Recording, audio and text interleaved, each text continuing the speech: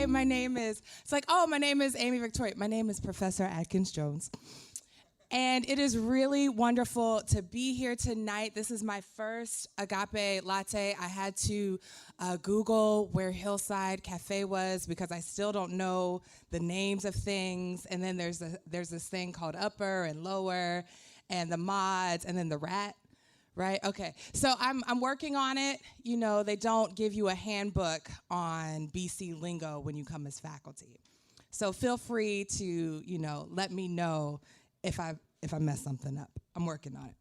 All right. So I first just want to thank the Agape Latte team for inviting me, for having me. Karen, for all of her hospitality. I really appreciate it. And I want to begin by just asking, it was a beautiful day. That trivia question about, how many days are in winter? No, the answer is 135 days of winter in Boston. But I wanted to know, all right, the sun is shining. Did anybody just yawn, wake up, and think and say, wow, I think today it would be okay if I died today. Probably, I hope not, probably no one thought that. And here's the thing I want to talk a little bit about today. No one thinks that they're going to die. Now, we know that we are born to die, that we are, fragile spirits and clay vessels. We know that at some point it's all going to end. We know we've got 12 years to turn it around before the insect apocalypse. We don't know what's going to happen. We know that at some point our lives will come to an end. And I am actually the granddaughter of a funeral home owner. My life was like living 6 feet under. Do you guys remember that shit? Probably not. Hulu, Netflix, you could check it out.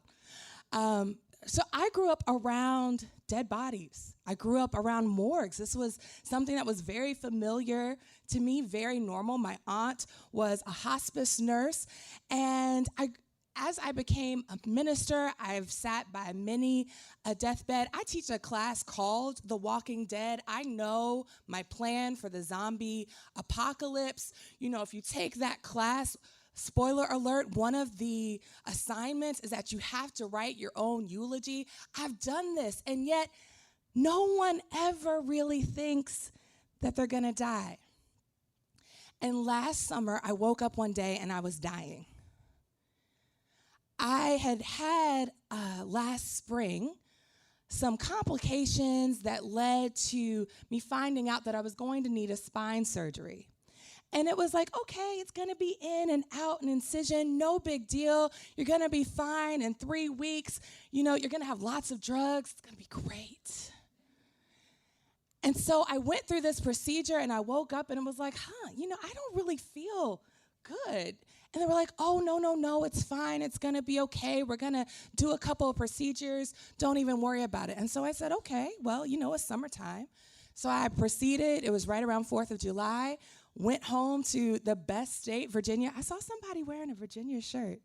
2 up, 2 down. All right. So I was excited. We went on vacation. We had just gotten to the beach. And the next morning, I woke up, and it felt like there was a Mack truck sitting on my head. And I don't actually have the words to describe how much pain I was in. And I started screaming at my husband, and he was like, I'm calling 911. And even then, I said, no, I think I'll be fine.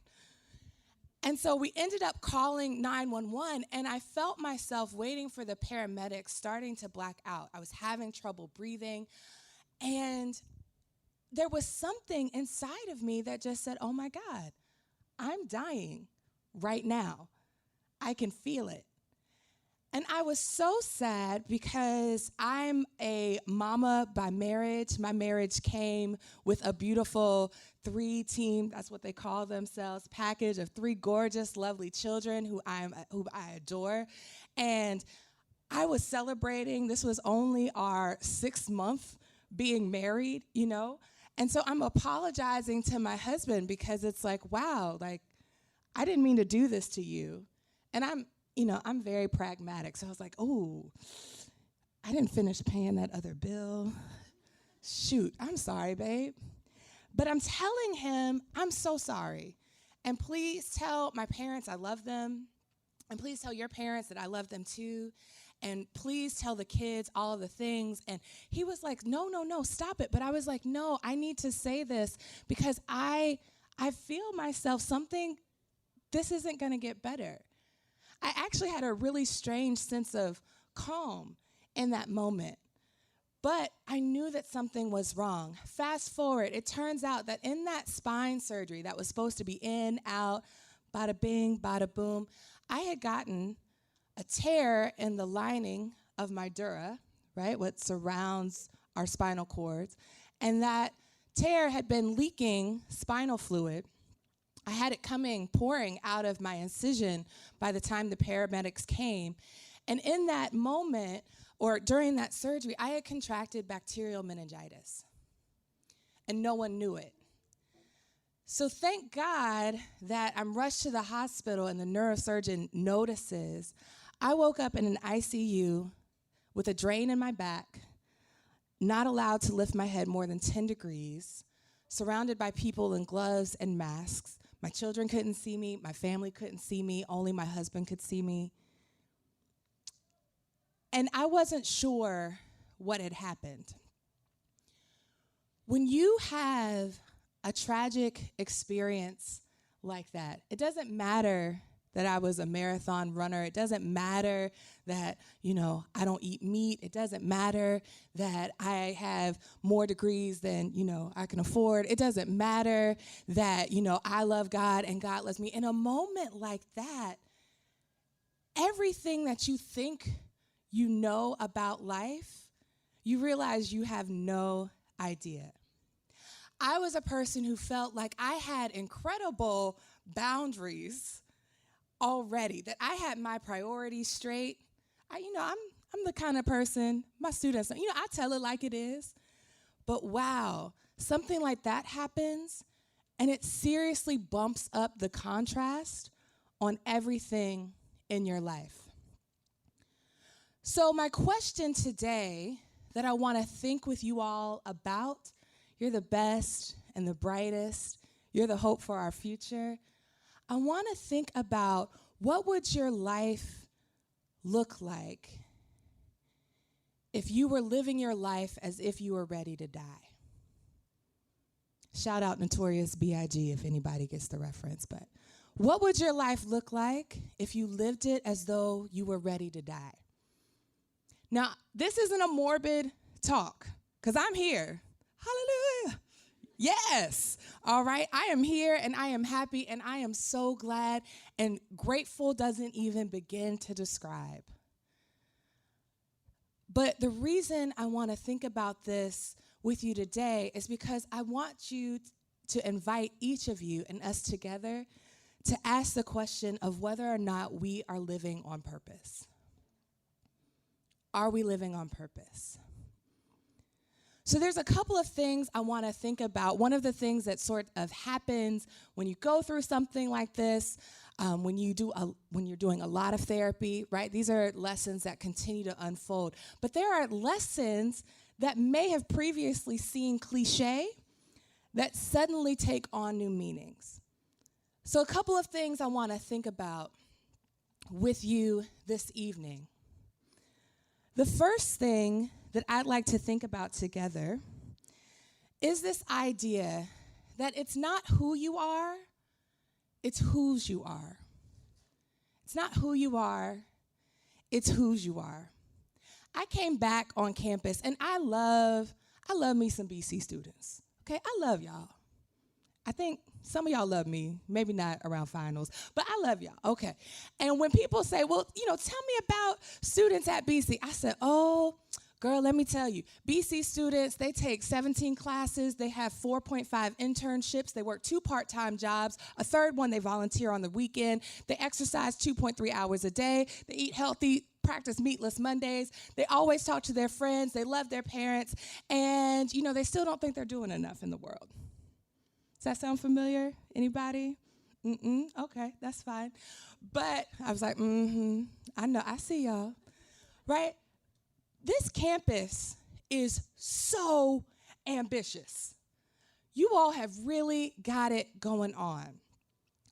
But there's a problem when so much of the world is telling you that your identity can be listed on a sheet of paper. You are not your CV. You're not. You're not a grade. You're not a number. I've had this conversation with a couple of different people. When I was an undergrad and I would see a professor, because, I too was an overachiever, shocking. And those are things that we so often get rewarded for in life, right? The more you do, the harder you work, the less you sleep. Good job for you, right? Well, I used to be so nervous because I would see a professor who maybe I hadn't done so well in class or hadn't given my best foot forward and be like, oh man, I don't want to talk to her because, she remembers that grade I got on that third paper and, that wasn't my best work. Spoiler alert, that's not true. I have no idea what you got or what you did. I remember who you are. I remember that you played trombone and you wanted me to come to the Pops concert. I remember that you told me you loved to dance. I remember that you told me you had dreams and wanted to study abroad. You're not walking numbers, and you're not walking in some living competition with one another. But so much in the world will tell you that there's not enough to go around. So much of the world is built on these logics of scarcity as opposed to living into a God who cries out abundance. So in thinking about who you are, it's not about what you do or what you don't do, what you make or what you don't make. But God has already said that you are not only good, you are very good. God has already said that you are sacred and worthy and have value in so many different respects. So when I get on campus, and, tell me if I don't have this right, but this whole BC perfect thing, you can guess how I feel about that. And I want to remind you that even though one of our mottos is ever to excel, excellence and perfection are not the same thing. Being perfect is not a worthy goal.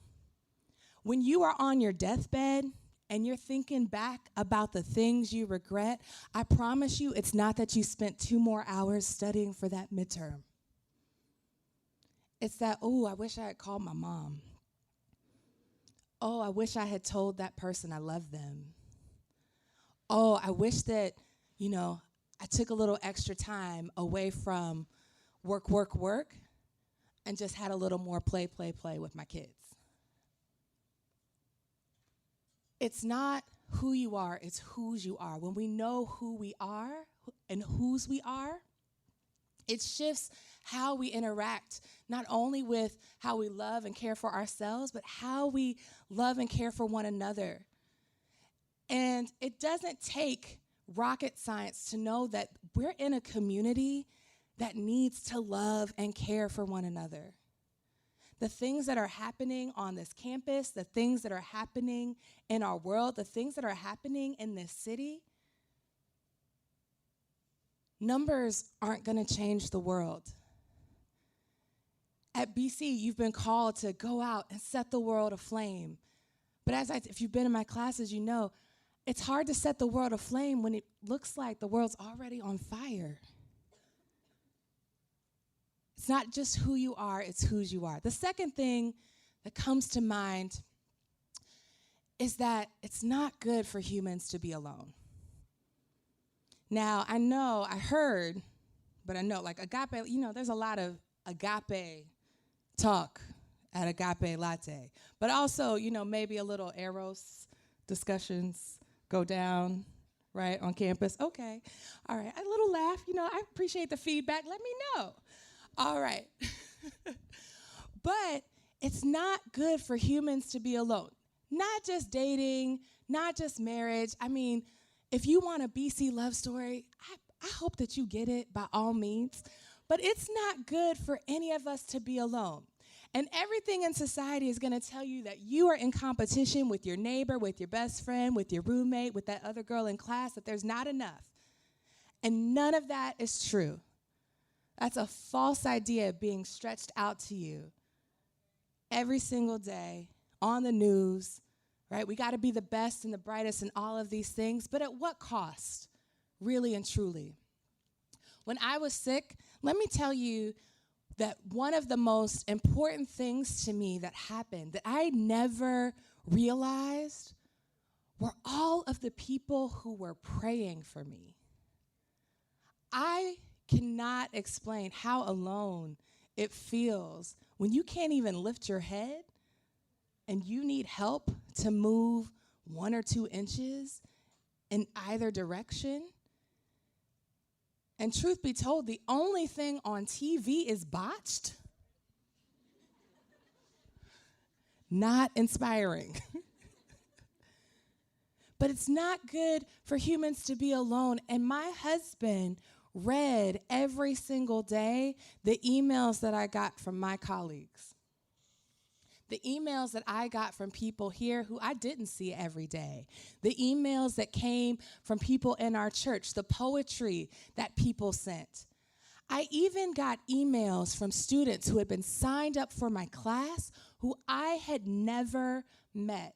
And I don't even know how they had gotten word that something tragic had happened to me.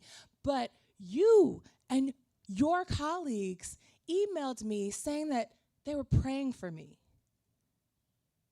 You don't realize in a world where you're taught to be independent, all my women independent. I'm proud to be independent, but that pride is something that will cause you to stumble and fall. And what it means for us to truly take seriously being with one another.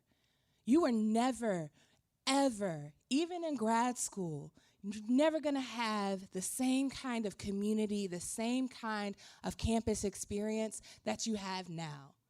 It is a one-time deal. And you should cherish it. Because if you can figure out how to ask real questions and be present to one another here on this campus, then I still have hope for change in the world. But if you can't begin to take those steps and do it here, I don't know what it's going to be like when you get out there. It's not good for humans to be alone, and you don't have to journey by yourself. The third thing that comes to mind as I'm sort of reflecting on this experience is this idea that sometimes we have to let go and let God. Now, I've heard that as a church girl my entire life. But I really like to hold on to stuff tight. And there is this beautiful illustration that Thomas Merton gives.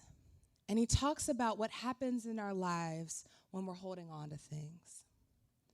When we hold so tightly to your GPA, or that application you turned in, or what your parents said they needed you to do because they were paying for this really wonderful education, or what somebody told you was going to give you purpose in life, or what somebody told you that you weren't going to be able to do. When we hold on to these things, material goods, ideas, visions of ourselves that don't come from God, but that come from our world, when we hold on to those things, not only are we no longer able to give, but we're also no longer able to receive the gifts and graces of God.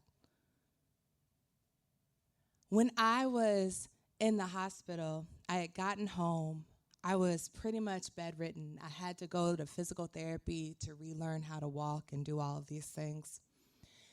And it was a few weeks before school, and one of my mentors here, she's a theologian who really, an incredible woman, changed the game for much of theology, particularly theologies around women, theologies around gender, theologies around race, M. Sean Copeland. She's retiring this year. But she called me, and sometimes, I call her Auntie Sean, so you can see the nature of our relationship. And she said, okay, so you're not coming back. And I had not been out of bed in weeks. And I was like, no, I think I can do it. And she was like, you're not coming back this fall. You're going on medical leave. And I was like, no, I can be ready. I can just use this other syllabus. It's going to be fine. And I was like, I need to go back. She said, all right, look, I'm going to let you think that you are still making this decision. I'm going to give you the weekend. I'm going to call you back on Monday. But I just want you to know you're not coming back. And I, what do you mean? And she said, look, Amey Victoria, I'm not going to another theologian's funeral this year. Yes, ma'am, I'm not coming back, thank you. Sometimes it takes something big and large to change our world, to change our perspective. But I would urge you not to wait for some tragedy, not to wait for some earth-shattering moment in your life to take seriously the gift that it is to wake up every single morning. This idea of letting go is really, really difficult. And I realized even in my own process, and even in as much as I consider myself independent, priorities, I have a family, I know what matters. Why was I still trying to find a way to work? Even deep inside of me, that drive to keep going.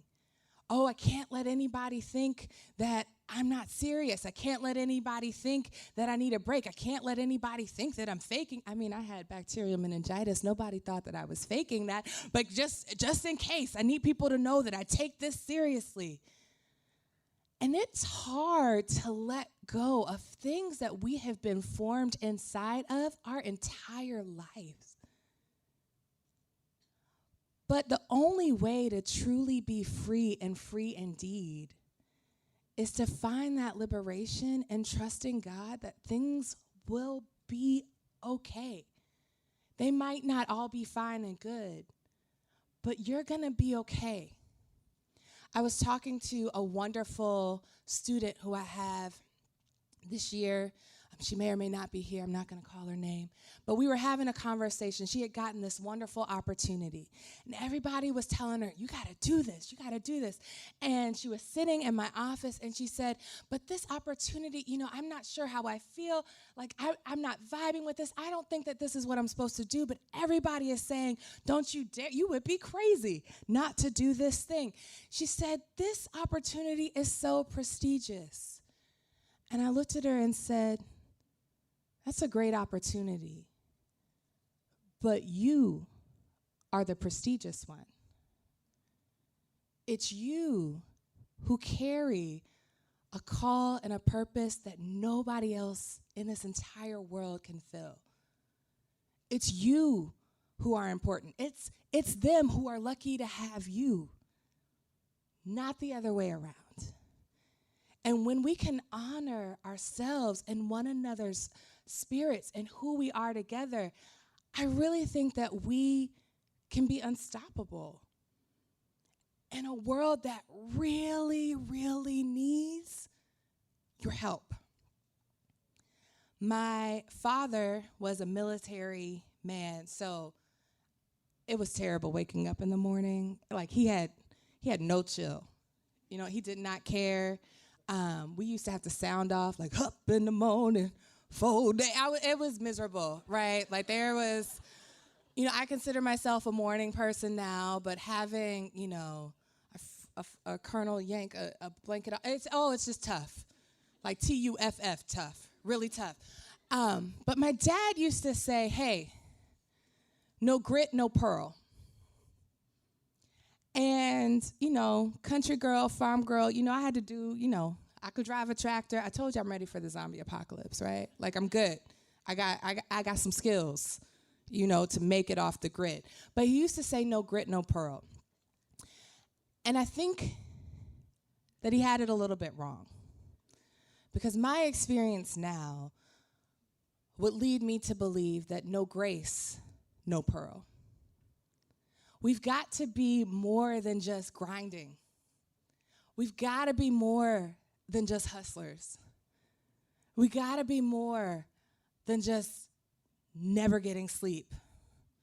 We got to be more than drinking Red Bulls, y'all.